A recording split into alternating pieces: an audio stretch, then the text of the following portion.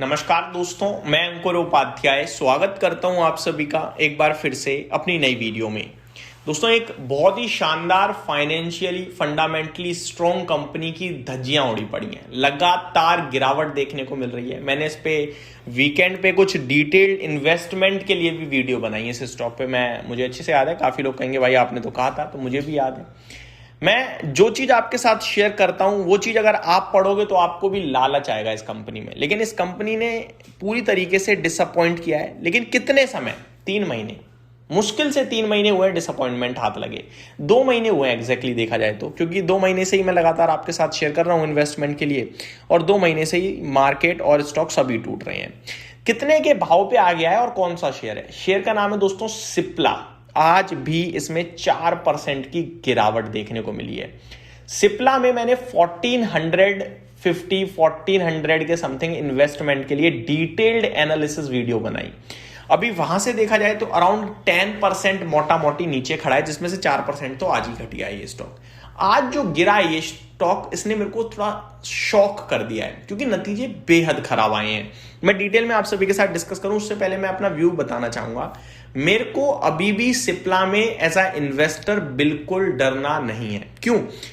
काफी लोग, जब मैं इस तरीके की वीडियोस बनाता हूं तो लोगों को लगता है मेरे पास खुद पे है। भाई मेरे पे सिप्ला नहीं है, क्लियर कट डिस्क्लेमर देना चाहता हूं।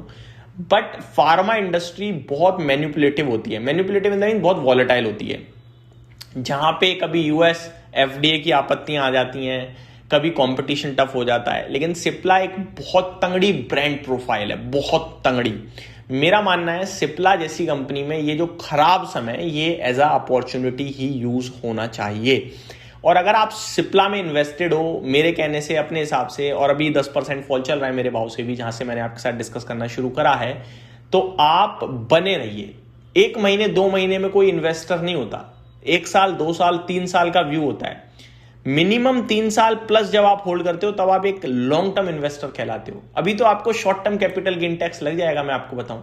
कम से कम 1 साल होल्ड करोगे तो लॉन्ग टर्म में आओगे कैपिटल गेन में। तो 3 साल मार्केट को समय दो। मार्केट में जो मार्केट है ना, वो is all about not timing, time देना पड़ता है भाई, टाइमिंग नहीं करनी है।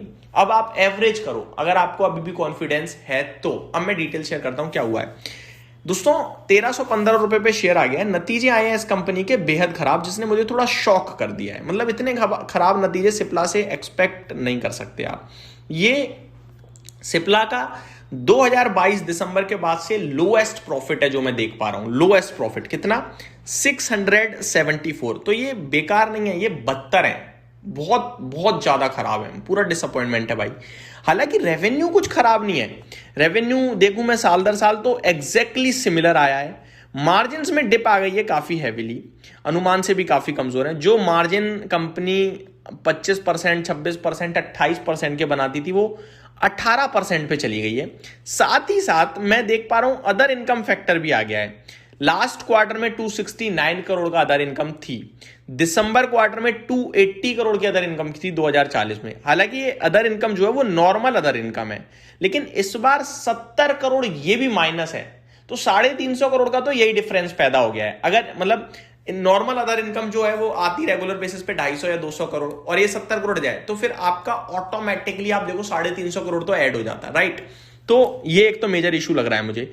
दूसरी बात, एबिटा टूटा है, क्योंकि आपने रेवेन्यू थोड़ा सा कम करा है और आपके खर्चे बढ़कर ही आए हैं। जैसे कि लास्ट ईयर जितना आपने करा है रेवेन्यू, ठीक है, लास्ट ईयर के सेम क्वार्टर जितना, जिसमें एक्सपेंसेस लास्ट ईयर आपके 5084 करोड़ थे, अभी आपके 5819 करोड़ हो गए हैं। यानी 819 करोड़ का एक्सपेंस तो बढ़ा है, लेकिन रेवेन्यू बढ़ा केवल 1 करोड़, ठीक है।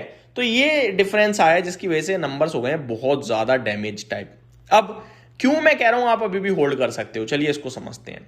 दोस्तों, कंपनी के पास करीब 32,500 करोड़ के रिजर्व्स हैं। 32,500 करोड़ के। बोरोइंग्स के नाम पे केवल 500 करोड़ की बोरोइंग है। Total market cap 1 lakh crore का है, 1,06,000 करोड़ का, और रिजर्व्स पड़े हैं 32,000 करोड़ के, ठीक है जी। दूसरी बात, कंपनी पूरे एक वित्तीय वर्ष में अराउंड 4 से 5,000 करोड़ का मुनाफा बनाती है। तो अगले 4-5 हजार करोड़ में अगले 4-5 साल में कंपनी 20-25 हजार करोड़ का मुनाफा और बना देगी। 32,000 करोड़ के रिजर्व्स पड़े हैं। तो मतलब कहां से आपको परेशानी दिखती है फिर इस कंपनी में 1 लाख करोड़ के मार्केट कैप पे, अगर आप एक लॉन्ग टर्म इन्वेस्टर हो तो। दूसरी बात, शेयर होल्डिंग पैटर्न अगर मैं देखूं तो 5,40,000 निवेशक हैं इस कंपनी में टोटल, 16% पब्लिक के पास है केवल, बाकी 29.22% है एफआई प्रमोटर्स पे, 23.93% है एफआईज पे, और एफआईज लगातार बेच रहे हैं, ये नेगेटिव है, लेकिन डीआईज लगातार खरीद रहे हैं, 30.45% डीआईज पे है। मेरे को नहीं लगता आपको बिल्कुल भी डरने घबराने की जरूरत है इस स्टॉक में। अब नंबर्स के साथ साथ कंपनी ने बहुत कुछ कहा भी है, क्या क्या कहा है चलिए वो भी देख लेते हैं एक बार, क्योंकि कंपनी तो देखो मेरे को बहुत ही सुपर्ब लगती है, कोई दिक्कत नहीं दिखती है, और फार्मा एज अ बिजनेस आपको पता है जरूरत है हमारी, क्योंकि भैया इंसान मशीन खराब तो होती है, दवाई चाहिए इसे। अब कंपनी ने कहा है company has an exceptional item of 280 crore, तो 280 करोड़ का तो एक्सेप्शनल आइटम है, तो यहां भी इसे भी एडजस्ट करना पड़ेगा, अगर इसे एडजस्ट करूंगा तो थोड़ा और ठीक लगेगा, बट छोड़ते हैं अभी सब।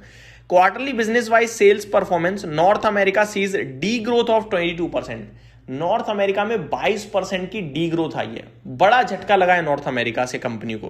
Company CEO says upcoming launches to cushion grave limit rev, तो अपकमिंग जो लॉन्चेस हैं वो थोड़ा सा शायद सहारा दें।